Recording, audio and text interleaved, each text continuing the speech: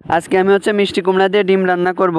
এটা কিন্তু আমার কাছে খুবই মজা লাগে। কয়েকদিন আগে আমি ডিম দিয়ে পেঁপে রান্না করছিলাম, সেটা আপনাদের কাছে অনেক ভালো লাগছে। বিশেষ করে আমার ইন্ডিয়ার দিদিদের কাছে তো খুবই ভালো লাগছে। দিদিরা আমাকে আরও অনেক রিকোয়েস্ট করছে যে দাদা এরকম আরও রেসিপি দিয়েন। তো মোটামুটি তাদের জন্য আমি এই রেসিপিটা আপনাদের সকলের জন্যই দেখে নিন। কত সুন্দরভাবে প্রথমে মিষ্টি কুমড়াটা কেটে নিলাম। এটা কিন্তু টালের কুমড়া, দেশি কুমড়া, এজন্য অনেক স্বাদ হবে এটা খাইতে। তো আমি একটু বড় বড় করে কেটে নিচ্ছিলাম, যেহেতু আমি ডিম দিয়ে রান্না করব। আর এক এক এলাকায় কিন্তু এক এক রকম কাটে। অন্যান্য এলাকায় আমি দেখছি পাতলা পাতলা করে কাটে, ওটা কিন্তু খাইতে অতটাও মজা লাগে না। একটু মোটা মোটা করে কাটলে ভিতরে মিষ্টি মিষ্টি লাগে, খুবই মজা লাগে।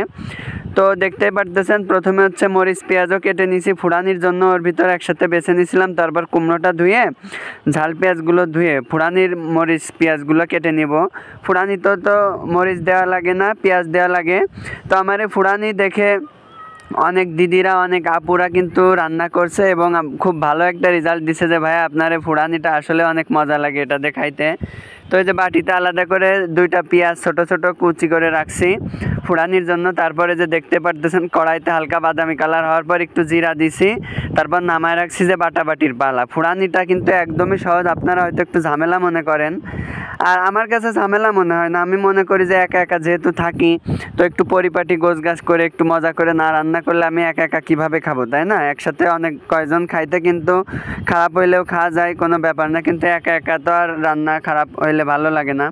তো ডিমটা কিন্তু একটু ইউনিক মডেলে আমি ভাজি করি। তো আপনারা দেখতে পারতেছেন একদম লো জালে আমি ডিমটা ছাড়ছি, একটু তেল বেশি দিয়ে কিন্তু ঢেকে দিছি।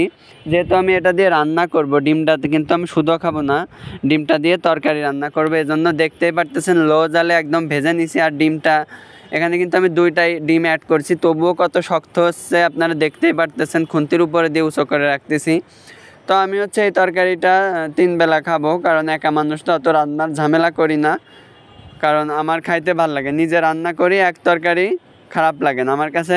শোনেন, যে কোনো জিনিস মজা হইলে এক তরকারি 3 বার কেন 10 বারও খাওয়া যায়, ঠিক আছে? তৃপ্তি পাওয়া যায় খেয়ে। তো আমার কাছে কোনো ব্যাপার না। আরও ভাজি ভুজি ছিল সাথে। তারপর দেখতেই পারতেছেন প্রথমেই ফুড়ানির পেঁয়াজ আর জিরা ভেজে নিয়েছিলাম, ওটা বেটে নিলাম। ফুড়ানিরটা বাটাই, তারপর মরিচ পেঁয়াজ বাটার পালা। প্রথমে জিরে বেটে তারপর মরিচ পেঁয়াজ বেটে নিলাম। আর ফুড়ানিটা দিলে সত্যি তরকারিতে এত সুন্দর একটা ঘ্রাণ আসে এবং ঝোলটা এত গাঢ় হয়, খাইতে খুবই মজা লাগে। আর দেখতে পারতেছেন, আর আমার ভিডিওগুলা ইন্ডিয়ার মানুষ আরও আমার বাংলাদেশের বাইরের মানুষও অনেক পছন্দ করে। এজন্য আমি আরও সুন্দর সুন্দর ভিডিও আপনাদেরকে উপহার দেওয়ার চেষ্টা করতেছি, কারণ আমার এই রান্না অনেকেই পছন্দ করে। এবং আমাদের যশোরের ক্যান্টনমেন্টের একটা আপু তো আমাকে এটাও বলছে যে ভাইয়া তোমার রান্না দেখে অনেক কিছু শিখতেছি। হ্যাঁ, তো ব্যাপারটা আসলে আমার কাছে খুবই ভালো লাগে, খুবই পজিটিভভাবে নেন, এইভাবে আমার পাশে থাকবেন। কড়াইতে পরিমাণ মতো তেল দিয়ে ওর ভিতর মশলা বেটে রাখা দিয়ে দিলাম, দিয়ে পরিমাণ মতো লবণ হলুদ, তারপর একটু নাড়াচাড়া। অত কষালে কিন্তু স্বাদটা নষ্ট হয়ে যায় মশলার, এজন্য আমি মশলাটা অত পোড়া পোড়া করি না, হালকা কাঁচা কাঁচাই অল্প নেড়ে চেড়ে কুমড়া দিয়ে দিলাম, দিয়ে নাড়াচাড়া করে একটু কষাই নিব। কুমড়াটা দেখতে পারতেছেন ঢেকে দিব। আর ঢাকনাটা আসলে আমি ওইভাবে মিলাই কিনতে পারতেছি না, দোকানে গেছিলাম ওইভাবে পাইনি, দেখি কিনবানে। তারপর দেখতেই পারতেছেন আমি সুন্দরভাবে কষাই নিয়েছিলাম।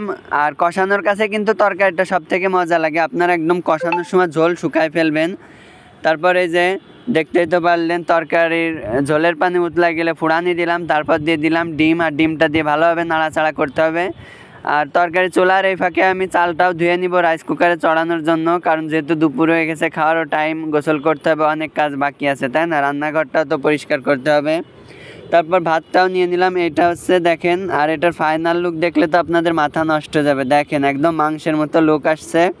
সবাই জানাবেন তরকারিটা কেমন হলো, আর ভালো লাগলে অবশ্যই শেয়ার করবেন, যেন আপনাদের ফ্রেন্ড সার্কেলে সবাই দেখতে পারে এবং শিখতে পারে। ধন্যবাদ।